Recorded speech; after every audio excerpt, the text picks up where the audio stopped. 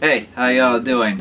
Normally you just see me talk awkwardly on camera while rambling about video games with maybe mildly entertaining jokes now and then, but I've been thinking lately, if I actually want their views and subscribers, I'm gonna have to change things up a bit. Be more energetic, spontaneous, and maybe borrow a few things from inspiration to bring the best in game review and entertainment. Isn't that right, Gimme Psychic Bird? Death to all those that oppose the new coming age. Oh, he's a kidder. But the real question is, what do I review in this brand new style for Black Sheep Game Reviews? I really should get that lead fix. All these games just keep falling in. I don't even have time to play them all. Wait a minute. Is this? Holy shit! It's a brand new Banjo-Kazooie game! For those of you that live under a rock, and if you do, you really ought to get better housing, just saying, Banjo-Kazooie is a beloved 1998 N64 platform made by Rare, a studio that made a ton of iconic games just about everyone is familiar with. The game followed a formula similar to Mario 64, but in a really good way, with a ton of areas and memorable characters that still remains one of my favorite games since childhood. Hell, I even still have the promotional VHS tape from Nintendo Power narrated by John freaking Lovitz of all people that pretty much sold me on getting the game back in the day. It's Banjo-Kazooie! The coolest headbanging, beak-busting, sky-flying, rock-hopping, egg-shooting, tag-teaming duo in a new game with so many thrills, chills, spells, and splats, you won't be able to put it down! Naturally, the game was a success, and a sequel came out in 2000, which was also awesome. But then everything changed with a little transaction between Nintendo and Microsoft. You see, right around the time Stairfax Temperatures was coming out, the option for Nintendo to buy the rest of the ownership shares for Rare, that rhymed, ran out, so they either had to outright buy the studio or sell the shares to someone else. Then Microsoft was all like, hey, okay, we could use another developer to make games for our Xbax besides Halo, and bought those shares in the whole company to boot, making Rare a first-party developer for them now. Now, to be fair, it wasn't all that bad when Microsoft bought Rare. Wait, did I seriously just rhyme again? I'm blaming you, Grunty! Anyway, Grabbed by the Gonads was alright, even if mostly ignored, and there was the remake of Conker's Bad Fur Day, Conker Life Reloaded, that most people didn't like much because of the censoring. Then there was Cameo and Perfect Dark Zero, which were delayed and made into Xbax 360 launch games. And, there was the Viva Pinata games that about maybe 5 people played. Well, okay, it was hit or miss, but Rare knew they had to bring out some big guns for Microsoft's console. And coincidentally, Banjo-Kazooie was one of the highest prolific IPs they still had and not doing much at the moment. Sure, there were a couple Game Boy Advance games, since Rare could still make games on Nintendo handhelds, but who gives a shit about those? We wanted a Banjo 3! The potential for that for this generation of gaming is just so ripe and juicy! And it looks like we finally got our wish in 2008. Either the marketing wasn't there or I'm from an alternate dimension because I don't know how I missed that. Yeah, whatever. Let's play this, baby! I don't think that would be a good idea, Blondie. Why not? What could possibly go wrong? Oh, just the destruction of everything in the world and eventually the universe. Like that'll happen. Now come on, it's time to revisit some old friends.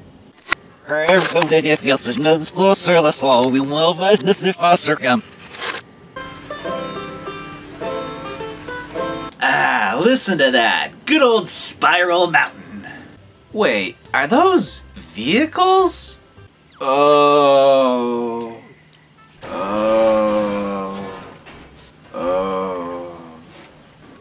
Now I remember what this game is. I must have suppressed my memories of me playing this before, and for good reasons. But didn't you say you were going to do this game at the end of the last review? Shush. Don't ruin the illusion. Anyway, Blamo-Kablooie Nuts and Bolts is a game that takes everything you knew about Banjo-Kazooie and mixes it with customizable vehicles into a bizarre hybrid of sorts. Made evident right away with the main menu as a car bed Banjo made like he was a 5-year-old kid again. Or maybe he just likes the idea of sleeping in a race car. I sleep in a racing car, do you? I sleep in a big bed with my wife. Oh. Okay, so the game isn't called 3E, but it might as well be since it takes place years after the last Banjo game and our heroes have become lazy and victims to DeviantArt fetish groups. DJ Jamdars, appearing in radio voice only, tells them that it's been 10 years since their debut, which will no doubt make you feel old. And if you want to feel even older, as of this video, it's been nearly 15 years since Banjo-Kazooie came out. Yeah, time sucks. Fuck you, time! Jeez. But that peaceful facade is broken when the head of the series villain witch Gruntilda comes in. Yes, it literally took her 8 years to get back to Spiral Mountain. I gotta hand it to her, she is nothing short of persistent. So you then take control and the game constantly reminds us that they've forgotten their moves and that they're fat now. Because that happens to game characters when they don't have a game for 8 years, like Samus or Ren. Oh wait. So the two eventually meet up with Grunty again, and just when it seems like they're gonna duke it out, the self-proclaimed Lord of Games, or Log for short, how appropriate, actually pauses the game to put a stop to this sad display. Yes, this floating TV robe thing is literally the god of video games. And the fourth wall isn't just broken, it's freaking demolished because that's the only humor Rare still knows how to do. The almighty Lord then decides to settle things between the characters once and for all by having, well, a game! The winner gets Spiral Mountain while the loser has to work in his game factory. The game starts with Log having them compete to collect the most collectibles. Oh, haha, very funny, Rare, because that's all the previous games were. Just mindless collectathons and not fun 3D platformers.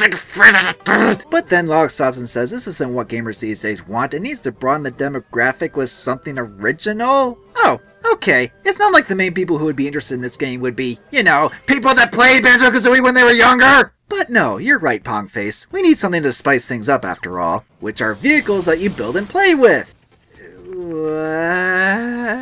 Okay, I can understand doing things a little different for a new game, but why do this? It's completely out of left field for a Banjo-Kazooie game. What's next, Rare? Jet Force Gemini Puzzle League? A Killer Instinct party game? Perfect Dark RPG? Cameo Survival Horror? Grabbed by the Ghoulies card game? A real-time strategy game called Command and Conquer? I just can't get over this. It's like they took Banjo-Kazooie and threw it in a blender with Diddy Kong Racing and Lego Racers. How did this even come into conception? Well, Rare's first idea for a new Banjo game was a remake of the first one, but that eventually fell through, and Rare struggled coming up with a new game as they felt that a traditional 3D platformer would be a bit stale for this generation. Even though it's exactly what everyone would want, and that older game revivals sort of became a big thing around that time, but whatever, they wanted to do something innovative. Meanwhile, they also had a separate idea for building custom vehicles from another potential game. So they pulled another Stairfax Temperatures and put the two together like peanut butter and, not jelly. And BAM! Instant sacrilege sandwich! And I will sing very loudly! Why would you do this to my childhood? Okay, let's just give the doubt of the benefit and actually play the game before I scream even more. So Banjo-Kazooie end up in the hub world called Showdown Town, and we have the forced tutorial from Mumbo in his garage, since he's a mechanic now, teaching you how to build your Lego car, or town trolley in this case. We also learn how to use the magic wrench Kazooie is given to be able to pick up and move things since she doesn't have any of her abilities. Like, at all.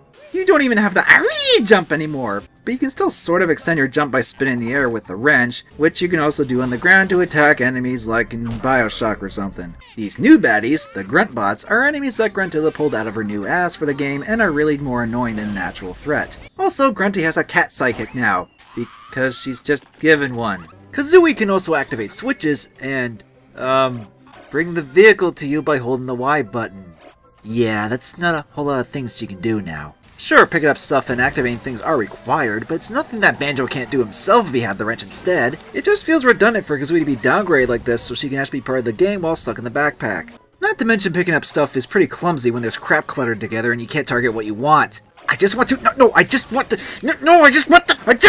Banjo! Yes, I'm playing a character named Banjo, trying to get a Banjo and a fast quest for a fucking Jinjo! Why did Rare think a game like this was a good idea? Did I mention that this game uses a modified Havoc's physics engine? Well, it does, and hoo boy is it clunky.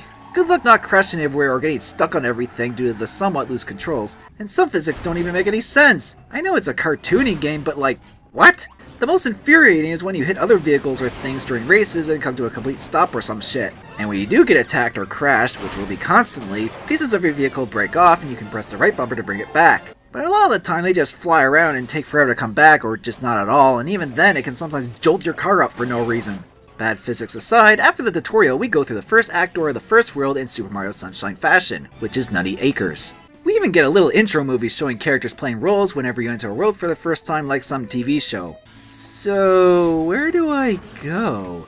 Oh, right, talk with people for challenges, which is how you get Jiggies in the game. And when you win the Jiggies, you need to go back to these dispensers for each world to take them out and bring them to the center of town to add them to your overall Jiggy count. Seriously? Why make me do this busy work carrying Jiggies around? I ain't getting jiggy with this shit! Although I am a bit of a sucker for the Mumbo voice spam when you dispense several Jiggies in a row. Hee Boobalaka. You do get to explore the town in between acts, which is mostly populated by pigs, rhinos, and penguins. Man, forget Showdown Town, they should have just called this PIHINOGUIN Town. Driving around town is a pain in the ass though when you constantly run into everyone and they say the same 2 or 3 things over and over again. Later on, cops stop showing up and, well, Grand Theft Auto police these ain't. They pretty much only go after you if you've run into them or when you're transporting jiggies, because that's smuggling gold apparently. And even then they just mildly annoy you. Yeah, that sure is some prosecuting you doing, officers. Oh, I guess they got bored after a while. Talk about short attention spans. Ooh, look! Shiny notes! Yes, collecting music notes is back and can be found around the town and worlds, as well as being one of the challenges which you use as currency. There's also finding Mumbo crates and getting them to Mumbo for more vehicle parts, Jinjo tokens from Jinjo challenges and world acts that you can use in King Dingalong's Jinjo Bingo for more notes and parts, and of course the jigsaw pieces. You know, I'm still collecting things in a game that a certain character said no one likes collectathons anymore. Hypocritical piece of shit! And speaking of characters, you do run into several others in town, like Humbawumba, who sells blueprints of pre-made vehicles. Or at least I think that's her. Yeah, that's a pretty drastic change in character design. What, did she suffer from Condemned 2 syndrome? There's also Bottles that gives you mostly useless information, Bogey that runs a gym to upgrade Banjo, Mr. Fit and Captain Blubber that don't really do anything in town other than having you purchase a number combination for towers to unlock crate part boxes, and Jolly Roger, yeah, that guy, who is now Jolly Dodger, and you can find him sleuthing around and you can buy black market jiggies from him. Whoa, wait, what was that in his briefcase? Are those Mach Killer Instinct 3 copies? Cute, Rare. A little joke to one of your longest requested sequels to your beloved fighting franchise that still has not happened since this game. You think we like being made fun of for something that wouldn't be that hard to do these days, thanks to games like Mortal Kombat 9? Well, I got a joke right back at ya. They should have just called this game Banjo-Kazooie. Fuck you! You guys suck now! Used to be awesome. And last but not least in the returning characters is Klungo, who actually retains the most of his character by having an arcade and made his very own game like he said he was going to near the end of Tooie, which you can actually play to win music notes. And it's one of those purposely simple but often frustrating games that need precise timing. Oh, and the game will quote-unquote crash on occasion and force Klungo to reset it, because that's funny when it happens right after I finally make an asinine jump! Still, it's funny when a joke minigame is the best thing a new Banjo-Kazooie game has to offer. Wait, no it isn't. It's depressing. You would think that being a radically different installment in the series, it would have all sorts of new characters, but besides Log and the 3 types of town people, there really isn't. There's Grunty's cat Piddles, that barely does anything at all in the game. There's a pig hop who's the chief of the town police, because pigs and cops, you're so clever, Rare! And you can bribe him with a few notes to temporarily stop the police from coming after you, which is entirely pointless. Lastly, you have TT. Hi there, I'm TT. No, not that TT! This Fonzie Blue Tiger guy is Trophy Thomas, an overachiever that you get trophies from completing challenges to his standard, and every 4 you get earns you another Jiggy. After playing for a while, you start to feel the routine of doing challenges, drop Jiggies in the bank, do side stuff, eventually unlock more vehicle parts, world acts with more challenges, and new worlds that you have to bring globe thingamabobs to these thingamajigs, and while there's only like 5 worlds, 6 if you count Sparrow Mountain at the end, these places are huge, and really give you a grand sense of size and scope. But bigger isn't always better. Because the areas are designed for vehicles, there really isn't much besides a few scattered enemies, notes, and people for challenges and bingo tokens. The latter of which don't even show up on your radar unless you have this doohickey to find them better, and they have a different set of challenges on their own. Like Fetch Quest that I yelled about earlier, and Jinjo Hurl, where you have to knock an inflated fetish Jinjo across a set distance. Ah, Hurl! Perfectly describes what I have to do after playing this game. One sec.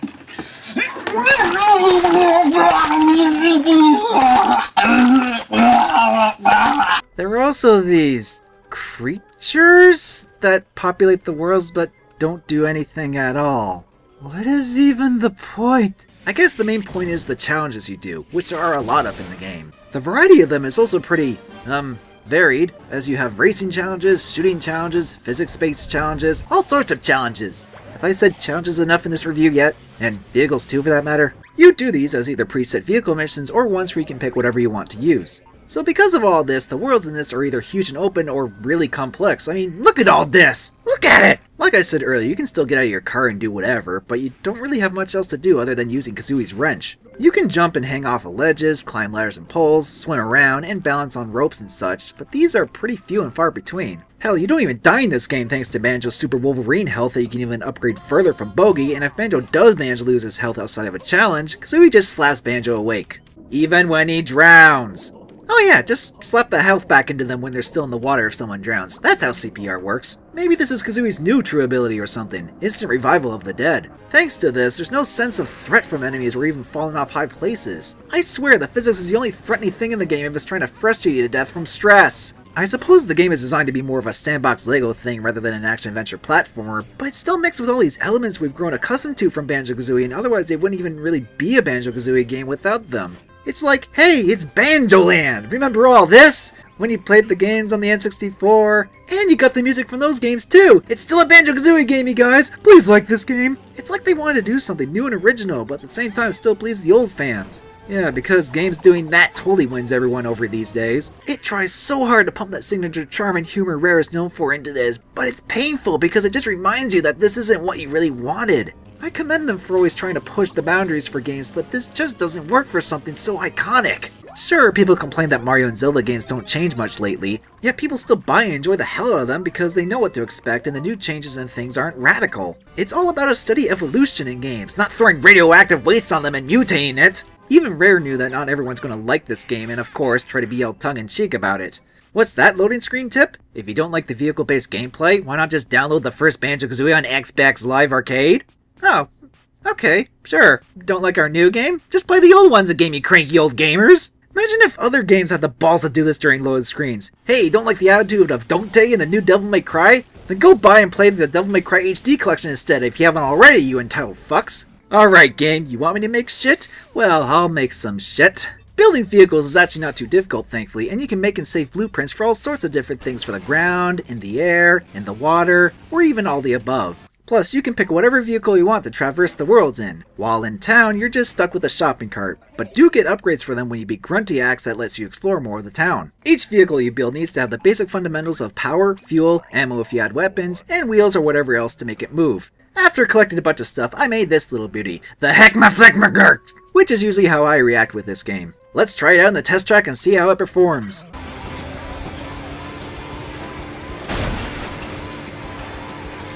Perfect! Let's see, what else can we do? Oh, I know! Let's put every single engine on one vehicle and see how fast we go! Oh, shit!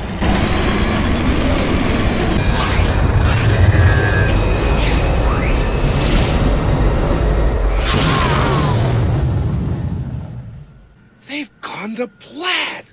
That could have gone a little better, but I'll admit, making vehicles and trying them out in different challenges is a little bit of fun and often rewards creativity. But really, I could just go out and get a Lego game or even buy some real Lego at a freaking Walmart or something if I felt like making shit. And after a while of playing, it just starts to bog down and feels like it has too much going for it for its own good. Sure, you have some interesting things here and there, like fighting Mr. Patches again, but he doesn't do much other than send Gruntbot planes after you. He's just all, yep, I'm the Banjo-Tooie boss, just loitering around while you shoot my patches off.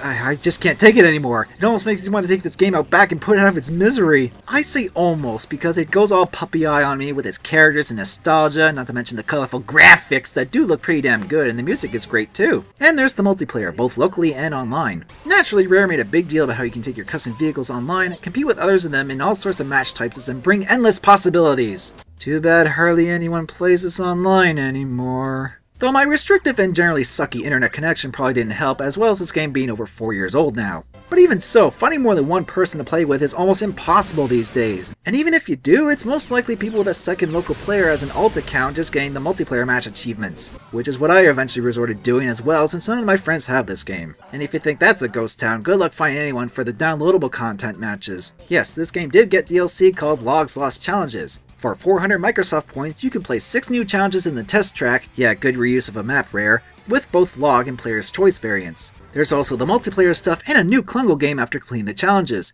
where you can now jump and shoot, and get even more frustrated at the intentionally frustrating game. So yeah, that's it. That's all you get for DLC. Sure, it's only $5, but it's still not much of an add-on. The one cool thing about the online is the leaderboard integration for each challenge and being able to watch replays of the top 10 people, who usually exploit the game to the fullest, such as using the edit mode during challenges that stops time entirely, and others...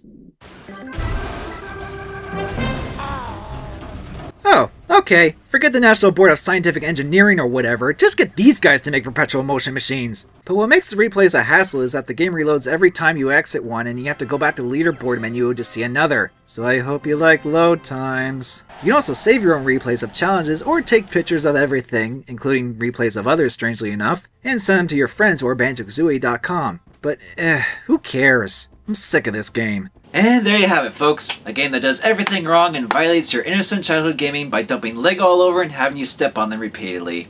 How to get rid of this game in an overly dramatic fashion. Oh, come on! Even I don't want to be that overly dramatic. See, Blondie, what did I fucking tell you?